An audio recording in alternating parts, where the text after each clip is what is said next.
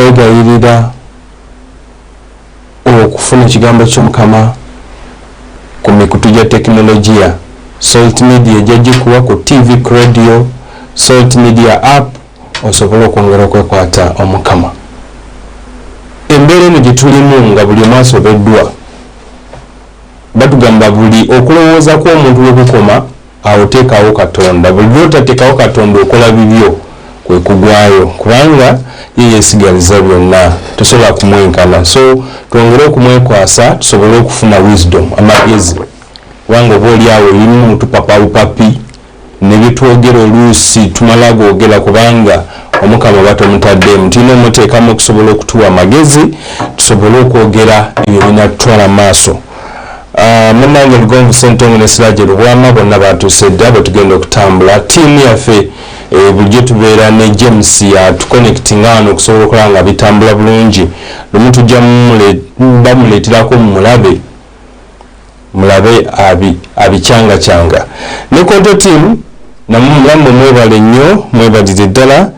Lugonvu njagala kubebaza bw'otunuulira embeera ey'amawanga ag'enjawulo eyinza okuyungula amaziga n'osigala ng'ogamba nti kawebaza omutonzi y'abaaju n'eggwanga erya Uganda wadde nga tukyalina cases 9 zokka, naye engeri enfa abantu gye bafaamu mu mawanga ag'enjawulo eyungula ezziga.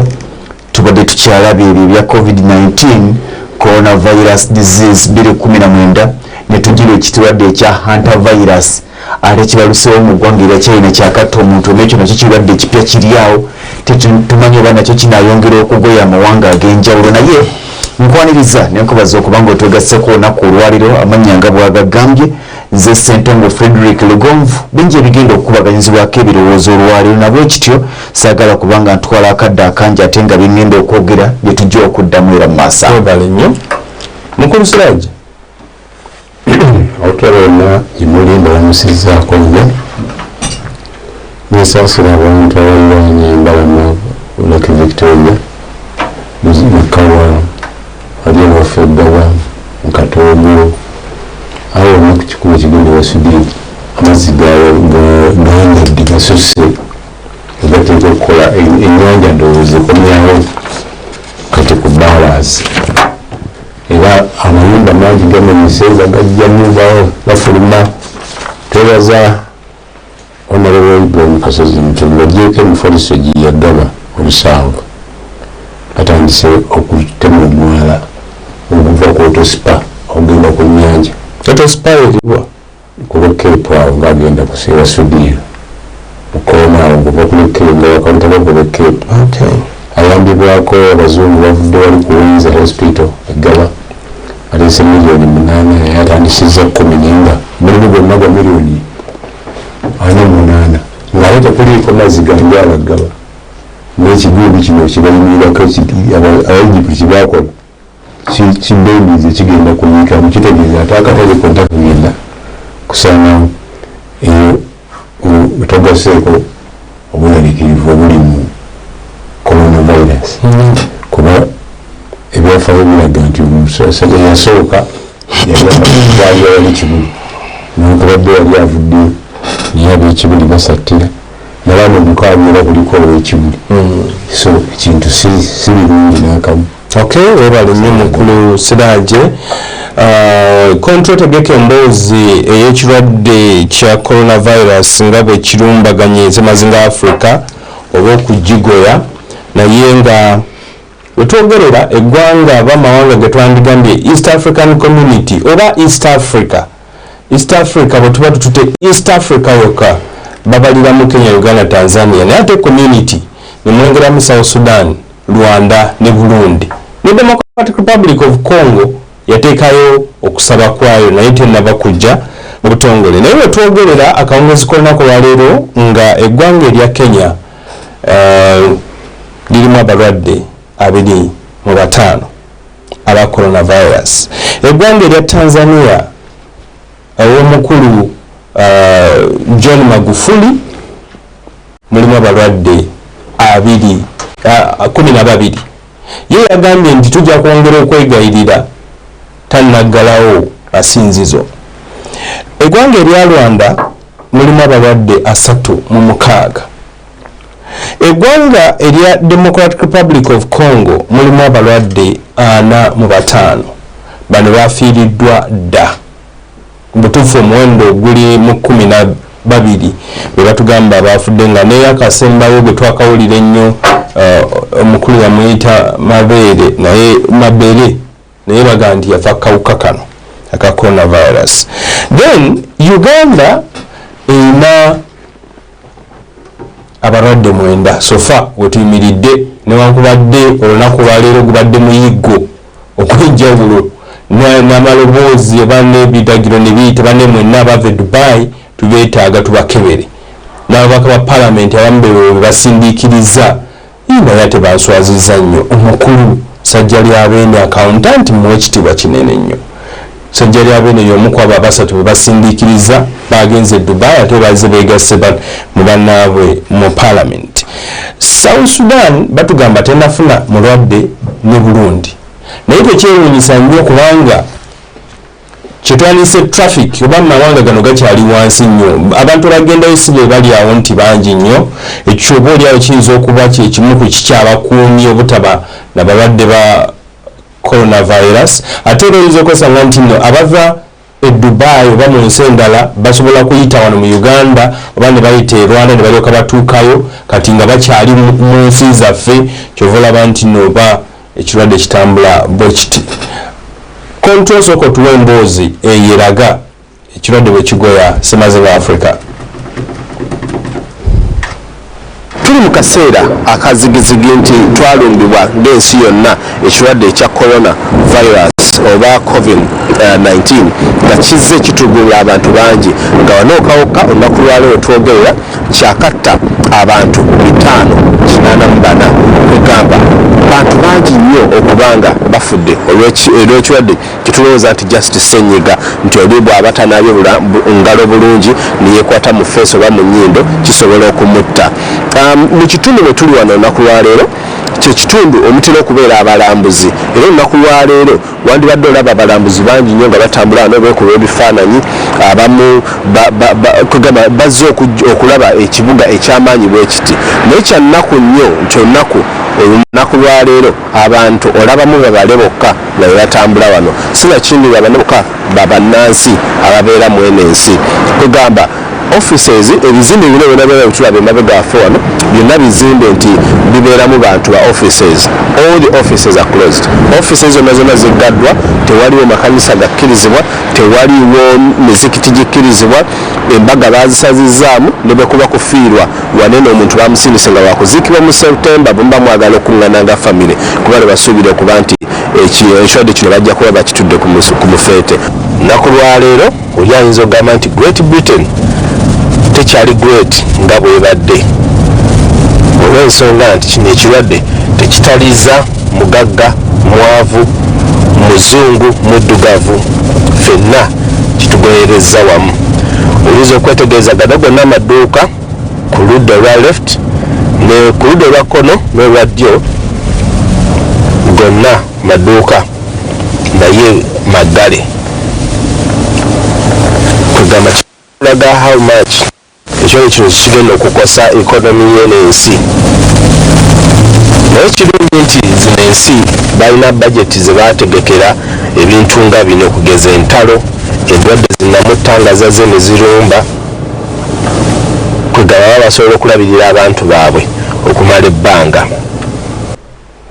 Webali nnyo webalire ddala musasi waffe oyo ali mu Bungereza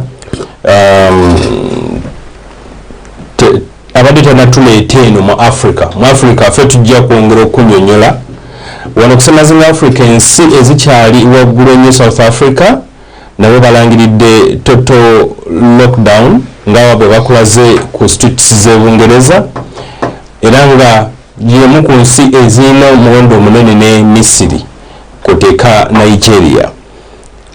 Semazinga Africa tujja kugamba nti ate ffe tulina okwefaako ennyo kubanga tetuli bulungi. Omukulu akugambye nti eri balina ne budget z'ebibambulira n'ebigo bitalaze eziwerako naye ffe wano tulina ki. Njagala ntandikira mu kunsiraati olabye ekibadde e Bulaaya naye ffe twagala tudde ku Semazinga Africa nkulaze wana amawanga gali mu East African Community omuwendo gwe tulina nekiri mu Uganda ekitegeera bulungi.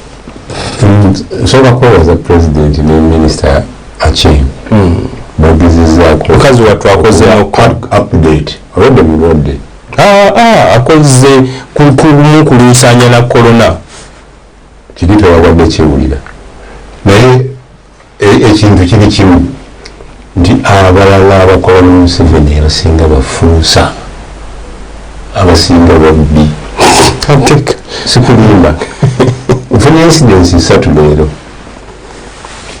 olwo omukyala nkubidde nti eno tulinayo omwami agambye yavudde Washington era ayina weyayise mu ppanya naye yekoleddeko sefu kalantiini omalaga nti tumanyiiko omwana omutuuze wa mukulu minisita mu gavumenti naye naye yawadde $3 ne batamutwala wali kalantiini. Kati waliwo wano mu Makindi Barracks kyamaani wali bamuyita Bamekayiga budda nkubira tukubidde DPC wano katwe agambye kuno omuntu ali mu katale agula bintu yamukava Dubai naye sayini zonna zalina zikola ki nokubira DPC nokubira OC katwe kibuli mbadde nyenyera lumiga nti bamukimye nti akyaliwo yibase naye nga poliisi bagigambye yeyinza okuba nga yandibadde etemya ku basawo neyamba ne ku minisitoni agaba nange mujje kati ntajjagenda naye amanyiddwa abatuuze waali abatuuze kyamanya atuta obuvunaanyizibwa ategeezezza poliisi eri aido kati obayamba ki actually nze nga bwonyonyola ensonga eyo nkubye ku namba ze batuwa zino 0800 ezebbiri ezo ezisooka nga nzikubye ku makyanga teziyitamu naye babadde bagambye ekifo okulwa Masaka awo simakitengeesa nti waliwo abantu abaze okuva mu ggwanga eryalwana tebabategeera bulungi balina signs kati enkuba enabanga tezigiyitamu n'enkuba ey'omukulu kagirita ng'eri bize kati nze kyenkubize n'enkubira ow'amawulire ali eyo kati ow'amawulire ye nakikodinate kati waliwo omusuubuzi omulala yetutte bwetwala entebe bbi namayo nakulamba nga twamukola jeeko yakomyewo alindidde ekikubo kirimu abantu nze nga tebamukozeeko era agamba nti namba obudda naye azikuba zezikola ki naye ngeri atuuseera nga tetulina facilities zikola eira abasawo balimba kubanga minisita agamba ebikozesebwa ki era n'agamba nti referral hospital ezimu zigenda kati kufugwa abalwadde abatali nnyo bayi bagenda bagabaddeyo eka bakuliyetinga space ey'okweterekera bano abalwadde naye abalwadde busanze n'ojjamu omu bakuterekako batya ku kisaawe notandika kubayitira ku masimu kati bataddeko lisiti y'abantu esooka balina ndowooza lisiti nyingi esooka eriko abantu 29 ekulembera Spice Diana ne manager awo baga mujje olwedde tewaliwo batukola ki kati awo omukyalo ono waayisitibwa yadayambira ku minisita amanyange nabeera nga akalawo kano keyakuba akatakyuka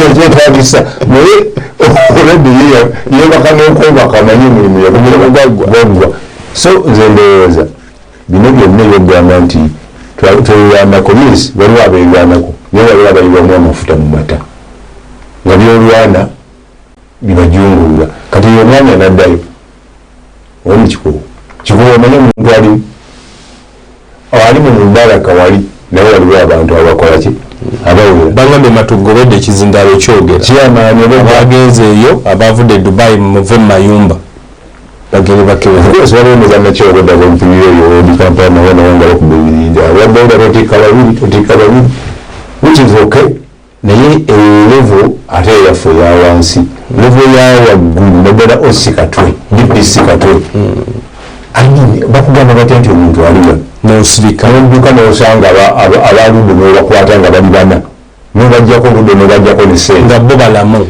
ekibalabiseza kati zino zipuulu tebazisobola zisitulwa senga bazotikka dda kubanga puulu nazo zibaako babiri basatu naye kati pulezidenti aveeyo bino byagamba byakaabakaaba mmere biki nti tweyimira emmere abantu si bwe baagala okuba nti tebaseera waliwo ekireetera abantu okuseera abantu bazze ne bagwa mu mmere nga bawulidde bagenda kubeerawo lockdown kati nabana abasobola baga nti tufunye sukaali teri amawongeza manufacturer naye mu kikuubo yavudde ku mitwalo 14 bangambye 19 no 23 leero nina njawange spider aba mutunda 3 spider spider najja namukansa namugula sekikawo nga tamanyi nti mulimu esayo nga nagiweera kati nya nagigula kati omusuubuzi agitunda meka nya 6 oba gitunda 5 kati president agala kwata musuubuzi ono atunda lejja njajja mujja kwa license nga ono amujja ku factory eri mu Uganda eziri mu Uganda same tamwongeza ndowooza asookere wano wakati wa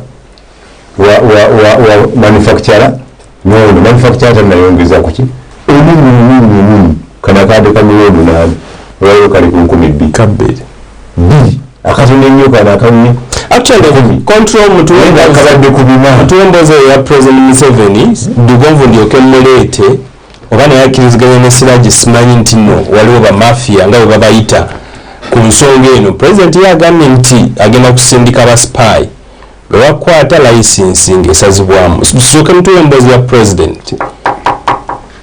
Omukulembeze w'eggwanga Yoweri Kaguta Museveni mu kwogerako eri eggwanga ayongedde okulabula bannayuganda ku kirwadde mpawattalikaaba ekya COVID-19. But number 3, remember this virus only goes through the soft parts of the body, through the nose, the eyes and the mouth. Even if somebody was irresponsible and sneezed on this table, and I came and I touched it, and the virus was on my hands, this virus will stay there until even when I wash and they go away. President Museveni agamba nti abasuubuzi abaleeze emiwendo gy'ebintu bakukwatibwa n'olukusa olubakkiriza okusuubula lubagibweko. I want to warn those people. I will send spies in the town. If I find anybody hiking the price of the license, his license will be cancelled because you are crooks. Because the food, fortunately, Uganda is not like other countries. The food is produced here. What has happened to make the food go up? What has happened? Mwami Museveni ayongeddeko nti okunaaba mu ngalo okwewala abalina ssenyiga n'abakobolola wamu n'abanyizaanyiza bikulu nnyo okulwanyisa coronavirus. And if you are sneezing or coughing, please don't go in the public. Excuse yourself. Stay at home. And even when you stay at home, don't spray your children or your members of your family. Isolate yourself. Number 2, always wash with water and soap. We shall have to talk to the water corporation about the price of water. We can look at that. Ku kibadde kisuubirwa ekyokuwera entambula ey'olukale omukulembeze w'eggwanga agamba nti mu kiseera kino bakyetegereza embeera enaaleetebwa abadduka mu kalantiini naye n'asigala ng'alabula abantu okugyewala. Do not allow anybody near you who is coughing or sneezing out. People who know English, they said sneezing means only sneezing out. That's what they told me. I said, how about sneezing in? They said that is sniffing. I said, but sniffing, I thought sniffing was smelling or something. But anyway, whatever it is, don't allow in a group somebody who is coughing or sneezing. This is number 1. Even when we are still using public transport, the owners of those vehicles should not allow anybody who is sneezing or coughing. Okubalukawo kw'ekirwadde kya coronavirus mu nsi yonna kuleetedde amawanga agasinga okuggalawo ensalo n'okuyimiriza emirimu. Bikusakiddwa ekitongole ky'amawulire ekya Salt Television. so kutambuza nekujja nekutwala buli wamu olabe embeera bwe ezo okulowooza nti byakusaaga abasinga muri mugamba kirabika ne kino tekiriiwo ng'enzige nga biki bane ebibooziboozi ebyo bannayuganda bye tutambuza tubireke obulwadde we buli twekuume bye batugamba tubikole Lugonvu okkiriziganya n'omukulu Siraaje agamba nti bamafiya webali President owulidde byayogera bisinga ekibuuzo ndowooza okimbuza ekibuuzo ekituufu naye ng'okimbuza mu ngeri enkyamu kubanga nyina emyaka ena nga sitambulira mu ndowooza ya mulala bweba tusibaba bajja tusiba babiri buli mwaka n'endowooza ye naye nja kusooka okugamba nti omukulembeze w'eggwanga olunaku olwaliro okwogerako His Excellency Kaguta Museveni bannayuganda yonna babadde basuubira okumuvaamu tebimuvuddemu babadde basuubira ndowooza okwogera okutongole kuwandiise okwogera okw'omuzinzi lwaki baagala bemba leaders agala to be preempted osobola okusuubira kyagenda okwogera okusinziira ku mbeera eriwo agenza okujja okwogera nga abakulembeze bamawanga ag'enjawulo omuli n'ago agatannabeera affected n'ekirwadde kya COVID-19 bagadde amawanga gaabwe si kugala nsalo mu bimu ku bigambo byasoose okwogera asoose kwetondera ggwanga olw'okuba nti baalwawo okugala ensalo n'okugala Entebbe International Airport nagamba nti singa baali bagigadde like 2 days before oba 2 days back abantu bano abalese ekirwadde kya COVID-19 tebandikirese kakati akaseera kagenda tuuka nga bagamba nti singa waddewo lockdown okumala ennaku oba oliawo wiiki nga bbiri kubanga amawanga agasinga bwe gakoze okuli eggwanga erya Rwanda eggwanga erya South Africa n'amawanga malala ne Misiri n'agalinga ago mbadde neetegereza ng'oyogera ku mawanga ga Africa agamu ku mawanga gatanafuna kirwadde ekya COVID-19 muli eggwanga erya South Sudan lituli ku muliraano mulimu eggwanga erya Burundi mbadde neetegereza Botswana, Comoros nga nengera Guinea Bissau, Lesotho, Libya, Malawi, Mali, Sao Tome and Principe, Sierra Leone ne South Sudan gyenjogeddekaawo naye byonna mu byonna bwe weetegereza amawanga okubanga kulwalira amawanga 45 aga Africa galimu ekirwadde kino Uganda nga tuli mu namba 22 abasinze okukosebwa kubanga tulina abantu abalwadde nja kutunulira ekintu kino mu mbeera bweti President yayogedde ku nsonga ey'okkalamya emiwendo egy'ebyamaguzi tetwetaaga keera ku makya kakati towadde bantu solution ogambye nti sagala muntu akalamya emiwendo gy'ebyamaguzi okuva ku bbeeki gye mwassaawo ekisembuwa Uganda emyaka gyena tulina price efixingibwa gavumenti nti njakeera ku makya ogambye twagala muntu akalamya emiwendo oya kugamiriza kiro ya sukali bulijjo gitune 14 mu Uganda wano price efixingibwa eteekebwawo demand oba supply oba amakampuni amanene nti abatunzi b'amafuta abasinga batunulira share etunze sente mmeka bwe tunula 3.6 bajja tunula 3.35 okusobola okukola ki okubisanya nabo kakati bwokera ku makya nagamba nti twagala muntu akalamya emiwendo egy'ebyamaguzi byeyambisibwa mu bulamu obwa bulijjo muntu ajja kusigala nga akubuuza nti kale kiro ya sukali tuyagala bagikalamye bagireke ku sente mmeka you get me okusomezebwa kutusinza okufuna emyaka gyonna si coronavirus yekka kujjakwe naye emyaka gyonna n'abagambye olunaku olw'eggulo nti singa tufuna baminisita nga General Luther Achinge 10 mu ggwanga erya Uganda esobola okutereera ebintu President byayogera byandibadde byogerwa minisita Mary yakyambadde yeyandibadde avaayo ku nsonga y'ebyobusuubuzi naye tanakola ki tanavaayo kubanga abeera ategeera bulungi buli kimu ekitambula amakampuni ameka agakola sukaali amakampuni megakakola bino naye shes quiet abadde mu parliament ebbanga lyonna lyamaze President yamaze kujja naye kekaseera kekamu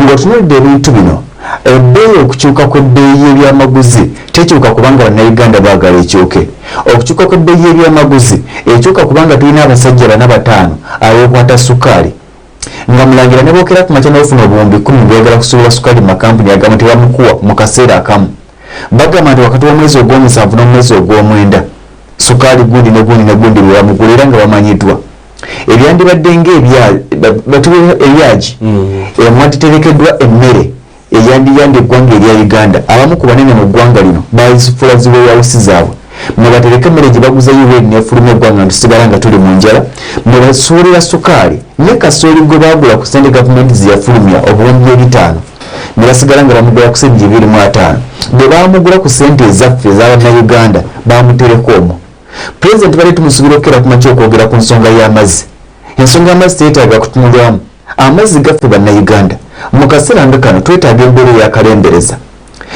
Kati bagamba nti okusika amazzi bannayuganda bajja kunjulira mu kaseera kano mu ggwanga erya Uganda okusaba amazzi mu National Water Corporation osaba amasannyalaze mu nnyumba 50. Amazzi ga bbeeyi, amazzi ga buzibu okusika amasannyalaze kwa mitwalo 2.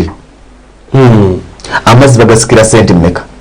Simanyi siraba gasikako naye wakuba ekizitwalaga kudda waggulu 3 kudda waggulu ate nga 15 ebya official okusika amazzi ku lwaleero mu nnyumba emu osika amasannyalaze mu nnyumba eziwera 20 ne bagakuwa mitwalo 2 lwakuba nti atera ne mita teziriwo kati olinde emyezi nga 8 mwaka plus. So kati challenge eriwo mubadde mwogera ku nsonga y'abantu aba kalantiini abaki waliwo enguzi eri ku Entebbe International Airport nagyogera kuviira ddala mabega. Entebbe International Airport basajjamu bakazi mmwe ensi bamanyi musoso okulya enguzi ovanga ku muntu ava mu kulya enguzi n'agifuula daily routine nga buli kanaku akeera ku makya kasita bakulabako akasobi kati mumbi nyenyeri wali egendagenda esigadde ekisaala omu yokka ocekinge in ne bakwata passport yo mu bugenderevu bakwagaza $5. Abaana bangi bakaabira amaziga ku Entebbe International Airport ng'abantu abakutte passport zaabwe tewali nsonga eryawo y'amaanyi erimu paka ennyonyi lwegenda. Era wano bangi abagenda ebweru bakimanyi abatambula okugenda ebweru nti bw'oba ogenda okulinnya enyo tereka $50. Abaana abava ebweru bakimanyi bw'oba ojja Uganda tereka $5 ku $10 z'ogenda okubawa bw'otazibawa bakusiibyawo. Ekibaleetera ebiseera ebisinga okubanga abajja tebabalyako nnyo ssente kubanga abeera akimanya azze waka ne bona aduuse essaawa 5 nja kukola ki nja kumala ngende. Naye bajoonyesa abantu abalinnya ennyonyi babajjako enguzi ya $5, $10, $2 awo ku Entebbe International Airport. Kakati bagigadde bwe bagadde Entebbe International Airport ku lwaleero enguzi bagiriirawa abasudani 2 eddwaliro erya mu hospital lyajjudde isolation center gye batadde lyabadde ya bitanda 4 lyajjudde erimu bannansi ba South Sudan 2 batuuse batya mu Amuru bava Buyindi ne bagenda e Dubai ne bagwa ku Entebbe International Airport. Olwatuuka ku Entebbe International Airport ne babassa mu kalantiini ne babatolosaayo babakwatidde mu Amuru nga n'emmotoka ezibavuga za bannayuganda 2 special. Bannayuganda 2 bali mu isolation center ya Amuru hospital n'abasudani be baali bakukusa bameka 2. Abantu bano baba batya mu kifo baali babakuumidde okusobola okufulumawo wonna ng'ovudde ku ebyo tukyabonaabona n'abantu betukutte batutolokako nga ne wano wennyini wamala musayi gwase n'abadde ku lw'essalama wano nankubira essimu ng'omukyala muzungu agamba ndi mulwadde ndabika nyina coronavirus okusinziira ku bwenge bwe nnina. Akubye essimu zonna eza Ministry of Health tewali okolaki tewali eyitamu ate okufuluma bannayuganda bagenda mukuba amayinja. Ebizibu bye tulina mu ggwanga erya Uganda tusooka tulabire ku mawanga amalala gakoze gatya okukwanaganya ensonga eno tuleme kwejjusa nti singa twakoze bwe tuti twandiwonye kino singa twaggala ensala emabega twandiwonye kino. Ku lwaleero bagamba nti eddagala lyokka erya COVID-19 si aspirine si panado si byakina kunaaba mu ngalo ebyo binakuwaddawaddako. Eddagala lyokka erikyaliwo erisobola okuyambayambako kwekuumira wakaawo. Bwe wekuumira wakaawo nomanya ntokkiriza mugenyi ntokkiriza kiwakaawo osobola okuwaddawaddako paka nga banoonya solution. Naye ku lwaleero Uganda tugenda kufuuka eggwanga erya Italy. Lwaki eggwanga erya Italy lyafiiriddwa abantu bangi? Eggwanga erya Italy lyaliwawo okuzuula ekirwadde kino ekirwadde ne kiranda mu bantu.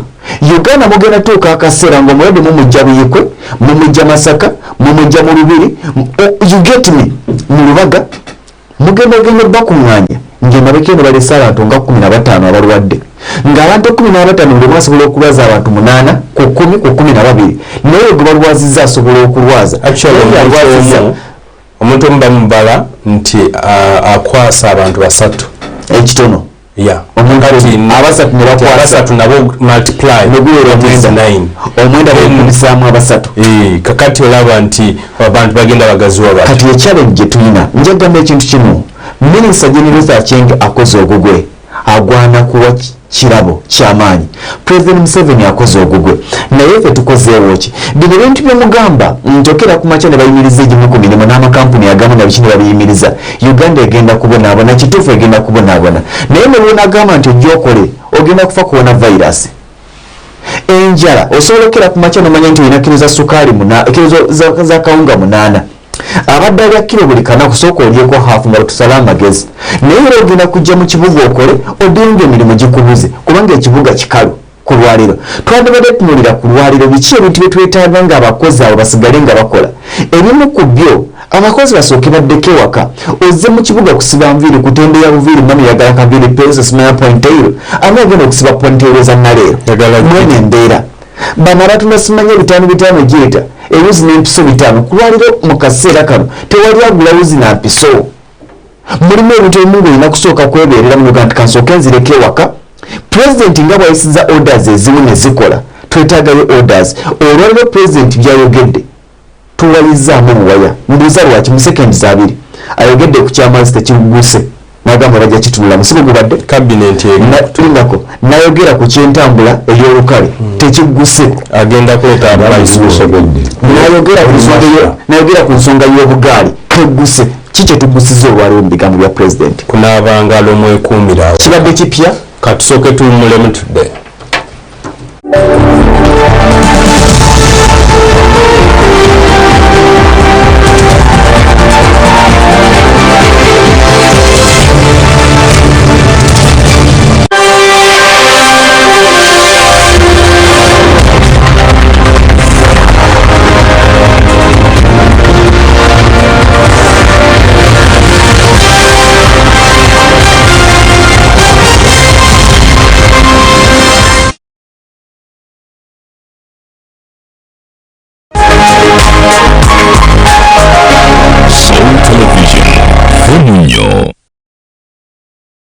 Following the nationwide directive by His Excellency the President of Uganda prohibiting all public gatherings to prevent the spread of COVID-19 spread by coronavirus, all House of Prime Ministries international services, including all Sunday, lunch hour and overnight services have been cancelled for the next 32 days. Alternatively, we thank God because the word of God will still be shared at the usual times via Salt Media, that is Salt TV and Salt FM, including all our frequencies like 107 Kampala, 98.2 Jinja, 95.0 Mbarara, 102.6 Mbale, 97.5 Mbende and 90.3 Fupoto. The same will be broadcasted via the Salt Media app and on our social media platforms like Salt Media via YouTube, Salt TV and Salt FM via Facebook and Twitter at Salt TV. Please keep listening to Salt FM and watching Salt Television so you don't miss any of our services. Salt Media,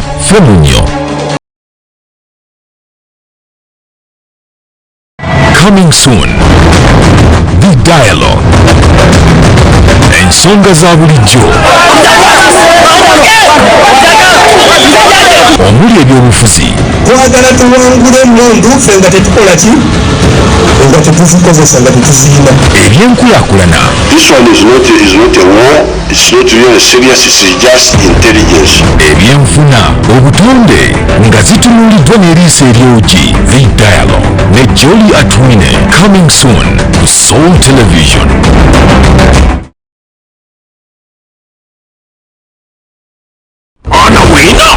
Kwekula ebyamago biwumali n'ebyokya ebya wiikeendo akugonna omabega akataba k'enjawulo ku bulwadde bwa coronavirus nga kabwerere munda mu kopiyo ey'ono bwino mu katabo kano mulimu ekikokkolo n'eddagala erikakasiddwa abasawo okujjanjaba obulwadde buno. Lwaki businga kutta basajja n'engeri kibooko bwetandise okunyooka mu kampala n'emirirano oluvannyuma minisitule y'ebyobulamu okukakasa nti ssenyiga ono mukambwe yatuuse dda ne mu Uganda. Omusajja munnayuganda yasangiddwa n'ekirwadde kino byayogera bitiisa tobesubwamu ono bwino obadde okimanyi nti coronavirus ye yasagaddafi ewa Libya ne Saddam Hussein wa Iraq.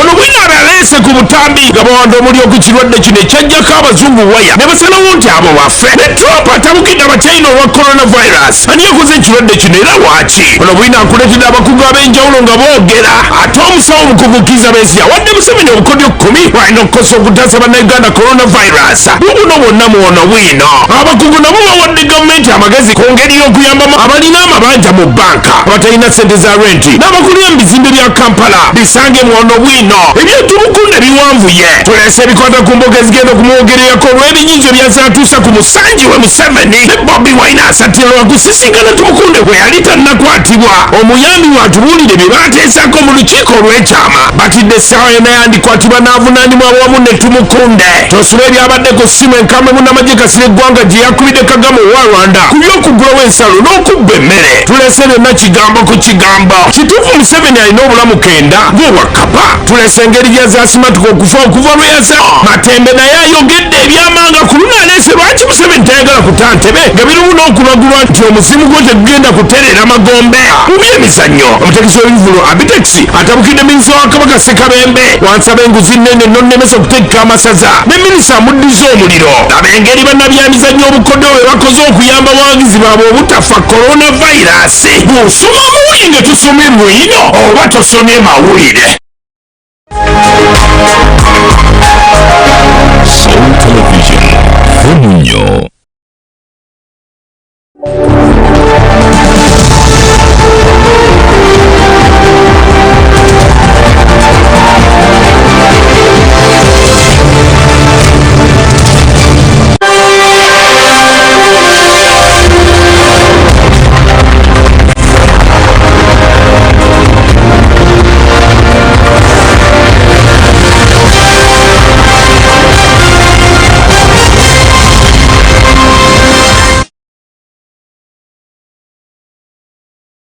Polisi y'Nansana yeesitudde n'egenda mu kifo awabadde weekukumye bannansi ba Congo mu bitundu by'e Nansana bye twakulaze olunaku olw'eggulo ng'abatuuze babeekengedde nti bandiba n'ekirwadde ekya COVID-19 okukkakkana ng'abakirabirira bakwatiddwa.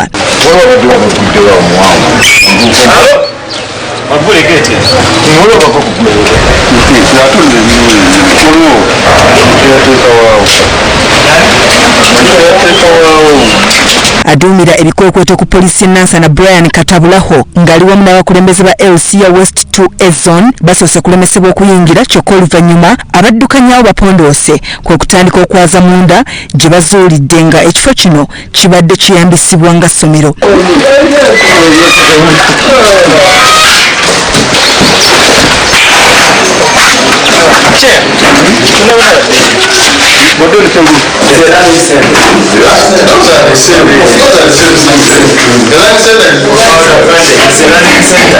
Inside now, we are inside.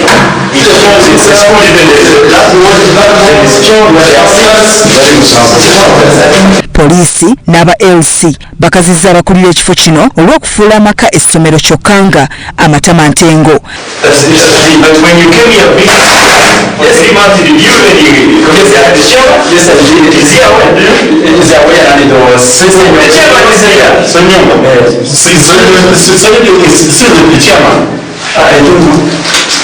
Ababeera mu kifo kino era basanze akaseera akazibu okunnyonnyola baani bazadde b'abaana abasukka mu 10 be babeera nabo n'okubasomesa era gye biggweredde ng'akikulira akwatiddwa. Yes, I understand. Is your relative that let you call him come and pick the children? Okay. They are here because their dad he's working, so he cannot stay at home all the day. So that's why they are here. We said let's welcome them because their dad is not and he's working all the day. Then we are going with this man for statement recording. It's okay. There's no problem. We are going with him. You call the parents of these allies. Ssentebe wa Nansana West 2 Zone Dickson Maiga ategeezezza nga bwe batamanyi bantu bano mu kitundu kyabwe. Ensonga zino z'omutuufu zo zituutiridde okubitiriza ennaku zino kubanga abantu bajja mu kitundu kyaffe tebamanyiddwa beekaka beekwese tutumanyi bajja n'obulwadde baba mu nsi kiteyamanyi na kumanya kyokka tuddakiika eno twafunye information nti muno musomo abantu bayitirivu obungi tutuukamu twalowooza tiga maka kumbi ssomero ate si bakyasomesa abantu ate bakuŋŋaanya abantu gye gavumenti yasaba nga ati buli muntu aveewo bajja abaana mu masomero ate bano basigadde basomesa abantu. Mu mbeera eno omubaka wa pulezidenti mu disitulikiti y'e Wakiso Naalongo Rose Kirabira awagidde ekikola kya pulezidenti n'obwakabaka bwa Buganda okulaba nga bayimiriza enteekateeka ez'enjawulo ne bannaddiini wabula n'akubiriza abantu okwongera okunaaba mu ngalo beetangira obulwadde bwa COVID-19. Tunaabe mu ngalo bannange munaabe engalo tewali kituvaako ng'onaabi togenda kunubuka naaba tunaabe ati every level n'abanga oyingira n'abanga ofuluma n'aba ogendako emmanju n'abanga ovuddeyo n'abanga osisinkanye gw'osisinkana. Bwa Robert Mutebi ne Dennis Kasirye, Salt TV, Omunyo. Ogongo. Wanabyo ng'oyingira mu studio? Anti lyafuuse teeka munaye. Ennaku zino batusibya mu zigiravuzi ne buno obw'okugundi obw'okumimwa naye nze kannimi obweddangira ne kabula. Kale teziguma. Sisobola kussa. Zo giravuzi nazigumidde naye kali tagali mwerere. Naye ku nsonga eyo yennyini ng'otusoose okutunuulira poliisi nabiki muyinza obutamalayo bantu bano. Bannayuganda ebiseera ebisinga ewalanga nnyo omuntu okera ku makya n'agamba nti oli muwumbatuutu. Kyaddako okugamba abagenda kuga nti oli musiru. Lwakuba ekyobuwumbatuutu kiba kiwumbiddwako naye ate omuwumbatuutu asinga omusiru. Are you getting me? Obuwumbatuutu businga obusiru. Naye abamu ku bazadde ndowooza bawumbatuutu. Mu kaseera nga kano simanyi mulimu gusinga mwana wo. Nze kiyinza okusa ku ssaawa 11 ez'okumakya ne kinnebasa ku ssaawa 8 ogw'ekiro nkolerera abaana bange. Olunaku lwokera ku makya n'oŋŋamba nti omwana wo ono wagenda okubeerera seefu. Tolina lwokera ku makya n'omatiza nti omusomesa asobola okulabirira omwana owange gwe nzadde okusinga nze. Ekibuzo ekisooka okubeerawo bano abasomesa abakuumira abaana mu masomero gano walabye kabojja. Abakuumira abaana mu masomero gano abaana baabwe nabo bali mu masomero. Ogenda kwekanga ng'abaana baabwe bali waka babakuumanga ne bwaba bavewako okujja okusomesa gwe bwe basobole okufuna makisi ezinaabatuuza obulango bwabwe. Ng'ajja gamba omukozi oba omwana gw'alese wako omukulu ntokkiriza mwana oyo okukola ki kufuluma. Naye nga nze owange amukuumidde mu mbeera ey'ekyangaala ye ng'agenze ewaka n'ayita mu makubo awona n'ayita gukoona vayirasi gwe. Nze kennyini nalangiridde ewaka neyaizolatinze. Abaana sikyakkiriza kubakwata mu ngalo. Kubanga wano wetubeera mulangira azze mwami Sira ajazze Mugisha gye musaze oluddayo nga nabanga nyingira ekisenge. Abaana bambuliza Dad will be back and thank you nga kiggwa. Kiraya yanaabye nti yanaabye ono yanaabye nti yanaabye nga twebaka. Lwaki nti mu mbeera ng'eno buvunaanyizibwa bwa buli muzadde okulaba weekumya otya ng'oli mulamu okumya otya omwana wo nga mulamu. Wakyogedde nti omuntu omu akwasa abantu basatu ekitono nti bw'osiga omwana wo obulwadde bino byogera nti mukwano omusomesa agambye nti muleke asome. In fact bandibadde buvunaanyizibwa bw'abazadde okuloopa nga bagamba nti headmaster w'essomero bw'eti atulemeddeko agamba abaana baffe bakole ki tubalekeyo kubanga ozoga nti munawe esima twalayo ate abaana bajja kusoma loopa nti omukulu w'essomero atulemeddeko atusaba abaana baffe basigale nga basoma. Kino ekintu ekikyalimu ani asinga ani atasinga bino si bya bubonero. Kakati njagala okwebaza abatuuze ab'enjawulo nti mulangira aliwo kagundi wano akabadde kakola ki akabadde katambula ku social media nti kati okweyasa okuba ki okweshamula mu takisi oyisa omukka teeka naawe obwadde bibigi nti omuntu akyasobola kugumikiza nobanga kikauka kusima tusebusima atye bwe batakuba bakasuka wabweru negye bakase wabweru naye ne bakuboola. Kakati wazzeewo xenophobia eyo naye tugenda girwanyisa tutya nga tutandisa okweboola. Ebino byonna bijjawo kubanga ffe kennyini abamanyi nti tuli balwadde tetufuddeeyo. Abantu bangi ab'eŋŋanda abakimanyi nti abantu baabwe babaddeko ebweru wa Uganda bagenda bakomyewo batudde mayumba mubaterese. Omwana ankubidde essimu emisana nti bano baterese omuntu mu nnyumba yabadde Dubai 3 days back ali waka aweza ayinamu omusujja mu musujja gwa bugisimaya bukowo bwa nnyonyi. Naye ng'abazadde batandikirako okusiiga musirise ng'omuntu wagamba nti nkomawo kubeera ministry abeere ng'afuluma airport wali ekyali nzigule byaweddewo naye mabega ng'abeera afuluma airport nga ministry omubakiraawo kubanga bwemutamukwatira ne mugamba nti muli mukwano obulwadde abuleeteramu. Kino ekintu ekikyaliko mukungu obuvunaanyizibwa butandikira kugwa omuntu wa wansi. Omwana kyeyava aleeta n'agamba nti twebeereremu abamu bakitaminga political naye ekyo ekigambo kigazi weetegerere weerowooleze weefeeko kikkakatako lweyalwamu nnyindo ng'Abaganda so twebeereremu. embaazi eya parliament ndowooza gye tuba tugattako siraaje gy'anaasobola okwogerako obulungi abaka ba parliament nabo abeefudde omukulu kyamagambye kati sinafuna buyambi ku Mubaraka.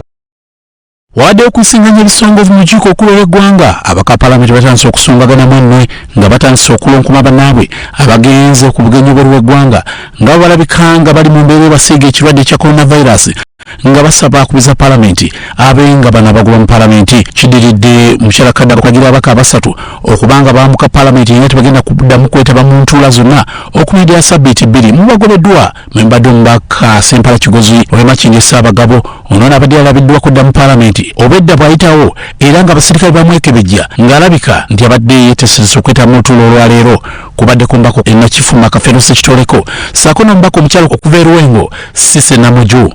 I want to direct that the foreign members no longer access Parliament because they were in the bag. Yes.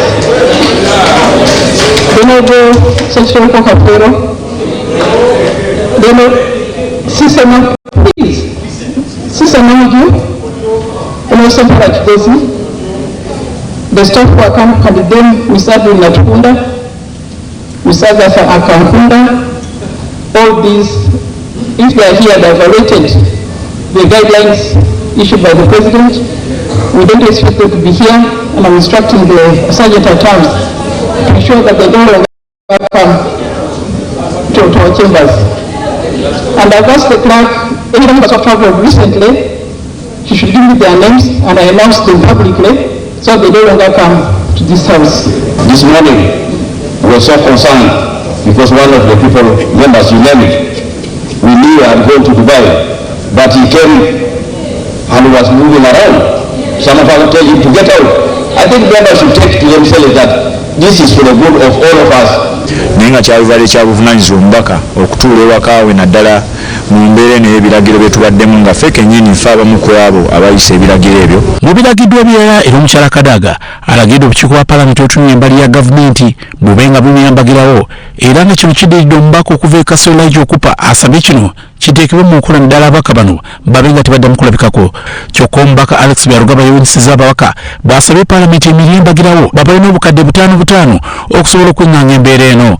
If I'm not telling you the truth, Madam Speaker, we are everywhere saying that why are we here? What are we still doing here? Why shouldn't we be given some facilitation? We are no longer supposed to be going out. Yombaka akiikirira abakozi Magojo Abashaiza asinzidde wano ng'ayagala abasawo abali mu mulimu guno babe nga babaako bakuumira babongere ne kasente. My prayer is that the government should come up with a special support mechanism to provide temporary accommodation to the nurses to minimize movement from home to hospitals daily. Ebikozesebwa tebalina, sanitizer zogerwako, masks tebazirina, bakolera mu bugubi. Ate n'amalwaliro njogedde ku ly'Ekasensero, ery'Ekiyebe, ery'Eminziiro, wonna tebalina bikozesebwa n'ekakuutu. Tulina abantu abavudde Rwanda 2 naye twakubidde Ministry of Health paka kati tennaba kulinnyayo bagambye bugambye abakulembeze mu bakwate mbalete Kampala for further management. Kati n'abantu be batunuulira butunuulizi bali awo babakuuma baleme kuva waka. Russell TV nze Grace Girinya n'Elia Sajabi Omunyo. Segenya temperature badde kimeka. Siraje akati ng'ogyeko kyamaanyi eri abagambye nti naffe tubalaba bulawe omusiki y'amaanyi awo muntu mafiya amuleeta bulunzi mafiya balonda bulunzi kintu kiri awo tosobola kulaba muntu mu mbeera eno n'atuuka n'okukola essomero awantu mutumu waabwe gye bayingira bakola ki kyamaanyi kyosobola okukola okufuna regisita y'abatuuze nga mutuuze ateekwa okweyanjula n'otamanyi mubuuze oba yosula wa obeerawa alina kabineeti ye y'abantu bangi tosobola kugamba nti naffe tubalaba bulawe netuuka baggwako bugwi kitegeeza waliwo omusobola nga mutuuze eyalemeddwa era olabye oli yasika munne n'amuzza emabega then bodda okuba no ofuna Sempala Kafeero omugenzi Kiseka alina erinnya lye yakozesa nga Sempala ng'ajerega bugirizi katonda tugamba tulina abaana amanyigamu amalungi naye osanga bakafeero nina byankima naye saagala kulijereka kikyotegeeza nawulo kafeero yalina ebizibu ssebo nedda ssebo waliwo abalifuula erinnya eryawo nti kafeero talina magezi naye nga bajeregerako muki ngezibulakozeryassempala kati abantu abo bonna Dubai twatandika okulaba obutambi bw'Abannayuganda batugambye tuvugala n'abantu nga twesabise mu January ng'atandika nga nawano tetunamanya nti bajja kulangirira ki nga bakalangirako balangira December naye kitegeeza ab'e Dubai nabo baali balagajjavu nga kyamaani nga bassempala wano nga Italy nti baagayalanga mpolampola naye Dubai kirabika baasirika intentionally okufiirwa kyali kibakosa kakati ono Sempala ne Kafeero tebagenzeeyo mu January bagenzeeyo mu March nga ebintu bikoze eki bitabuse bagenzeeyo ne speaker agambye have cancelled all travels kati bo bagenzeeyo n'olinda bakukasuke lukasusi bandi bakasuse n'emyezi 6 kiswaza nnyo olw'ensonga nti balagidde ddala ettima obutemu n'obulagajjavu si kunoboka olwajjidde wano kitegeeza neka bwebati kati sipiika yandigambye kugambisa yeti ati anti bakwase poliisi bamutwale kuba kati tebagenda kwetwala babeere eyo bayige nti oteekwa kuba n'obuki n'obuvunaanyizibwa ate bagenzeyo ngo sipiika agali mulekeraawo okugenda wa ebweru bondi basaliikiriza ng'omusuubuzi ekikuulu yagenze neyetwala so nze ngamba nti akaseera kano amasiga gonna gateekwa kuba ku buli ddaala poliisi egezezaako yadde nga abamu otya ngaolekato baatidde judiciary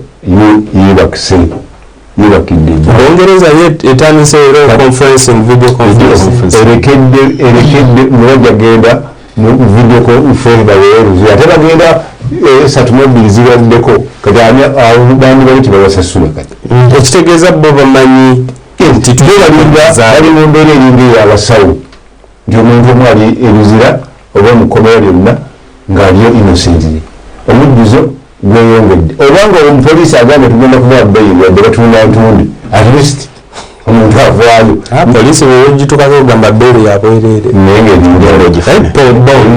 ng'ebond gundi mufotokopi weeraayo mabega waabwe ate ngabuwaabwe ogenda ayo ekyemu empapula 3 oteeke nawa mu kintu kigogo naye era wasingako judiciary judiciary ate etaddewo shutdown ne president gyabalagirangako mu judiciary bwebanga cabinet ekyatuula abantu abo bonna cabinet ministers bwebanga parliament ekyatuula babiyiriza lwa misbehavior lwa MP I think tebaba 40 I think bamu 40 olwo nalagendayo invitation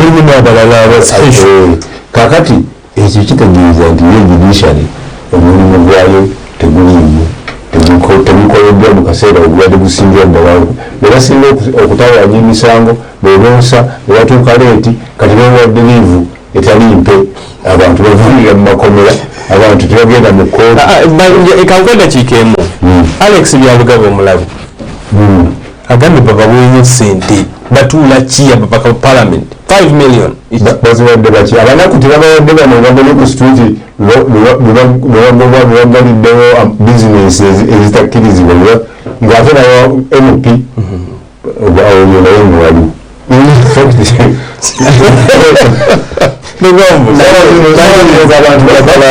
njagala bagamba ekintu kimu ebiseerafundako n'ebitamaguzi yagambye nti nze mu lutalo luno ntaddewo miliyoni 2 ng'abagala mme kati oyo mutajja kuba yatasaba Alex kale sini zigende ne balina ebiseera ebisinga obungi nze nyina ebigambo byesitera kukozesa ebyo bigambo bya siniya bigambo byaki sinti aba mu kibiina yabeera amanyi buli nsonda yakyo naye kano ke kaseera okwawula omuntu alumirirwa eggwanga naye yajja okwenoonyeza ebiye mu bifo ebyenjawulo okutandikira mu baminisita mu babaka ba palamenti n'abasentebe n'ebitundu ebirala byonna mu biti ebyenjawulo. Bwe natunuulidde omubaka Lutamaguzi Ssemakula nayongedde okumanya nti abantu ba Nakaseke temwatusala. Netunuulira nga Paul Lutamaguzi Ssemakula adisavinga ekifo ky'obwa minisita mu gavumenti ya Uganda.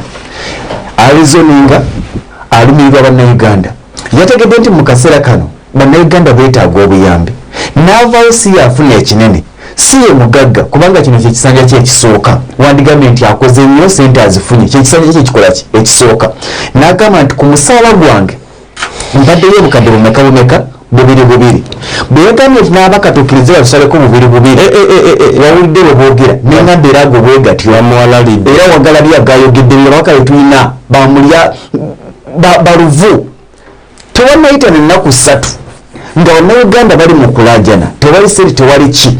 Avuddeyo agamba nti mutuwe obutaano mutusindike mu luwummula. Kati ssebo mukama wange, bwe bakuwa obutaano ne bakusindika mu luwummula bakuba bwaki oba ozikoledde ki? Naye lwaki temuswalako mu nsi ya Uganda eno? Nokola ku makyano ga nti mutuwe obukadde 5 ogende okole ki? Kubanga ensiriya mu parliament. Lwaki teweegomba mutoowo mu parliament?